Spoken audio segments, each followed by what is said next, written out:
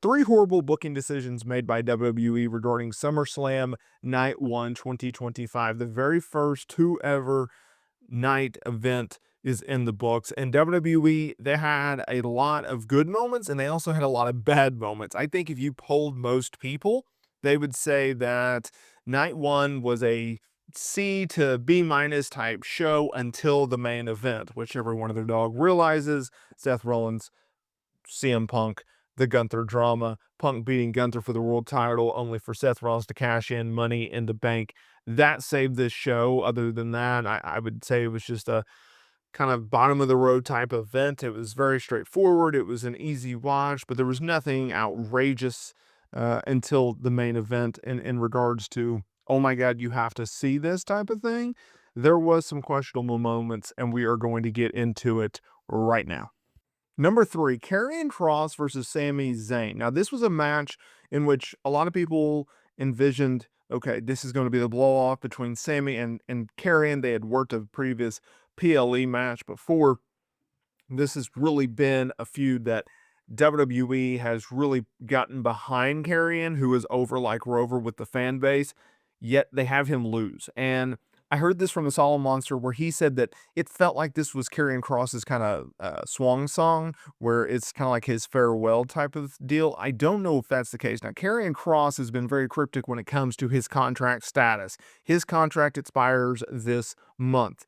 We don't know if he's going to resign because he's been so cryptic about it, and there's been no real reports about it. I envisioned Karrion Kross winning this match because I felt like it would lead to a gimmick match in which Sami Zayn would then win the feud. In my opinion, doing multiple singles matches and then all of a sudden, boom, it's done, that doesn't feel like a conclusion to a feud. You usually do that with a rivalry into a gimmick stipulation type of match, and WWE didn't do this here. I touched this on my SummerSlam review slash results show where I feel like Karrion Kross, I'm a supporter of him. He comes across in interviews as a extremely nice guy and a likable guy. He comes across as someone that you would want to rally behind and support. He comes across as a guy that you want to root for. His promos are very good. His character is down. And there has been an issue with him, though, dating back to his NXT days, which is he talks the talk, he walks the walk, but once he gets into the ring, it's not great. He doesn't hit it. And it just, the matches are not very good. And so whether or not this is his swan song, I don't know. But I do know this. I felt like Karrion Kross should at least won this match, even if he had to cheat in order to get to the stipulation match.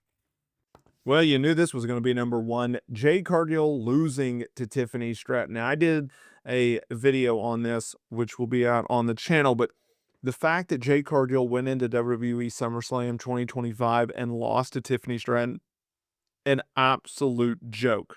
A joke. WWE told you from the moment that Jade Cargill signed with them that she was going to be a big time star.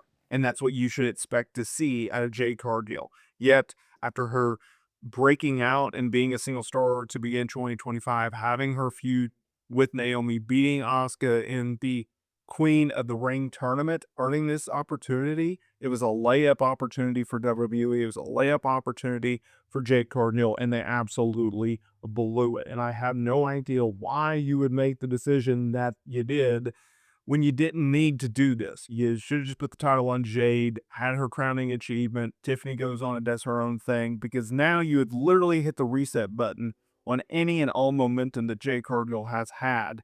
And now people are going to doubt whether or not she can be a top star, which you wanted her to be.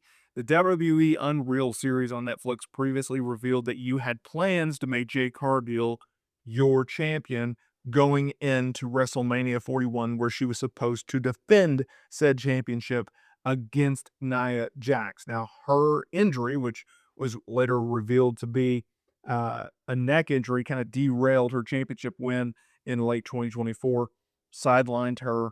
She's going to need surgery, but just now. She revealed that this week. So, a lot of just very interesting booking decisions made by WWE here, and I really do feel like they made a big mistake.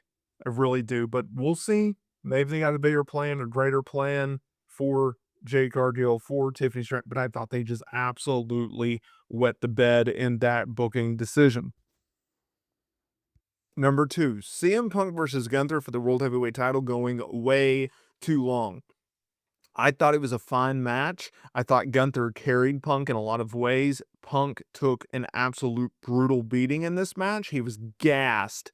Literally, I don't know, 10 minutes into the match, it went 30. It did not need to go this long because it got to a point where we went past the whole plotting, slow, methodical type pacing. We went to straight up, let's do a move, and then we're going to wait there for a minute. And then we are going to get up to our feet and then talk about the net spot that we're going to do. I don't know what happened. Punk is notorious for having great cardio and conditioning and being able to go out there and put on his 5-star classic. Going into it, you thought Gunther versus CM Punk would absolutely slap. It was a good match, but it was not a great match. It did not exceed my expectations. Heck, it didn't even meet my expectations. And I think a lot of people felt like that. For whatever reason, these guys just did not clash. They did not click.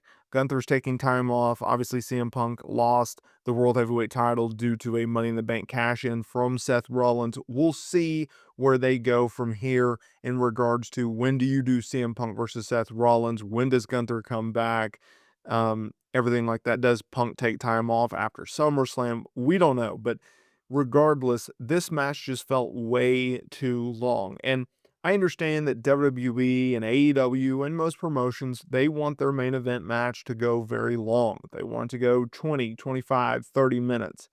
In a lot of cases, though, they go way too long and they extend the match. They have all these things planned. They want to hit this cue and that cue.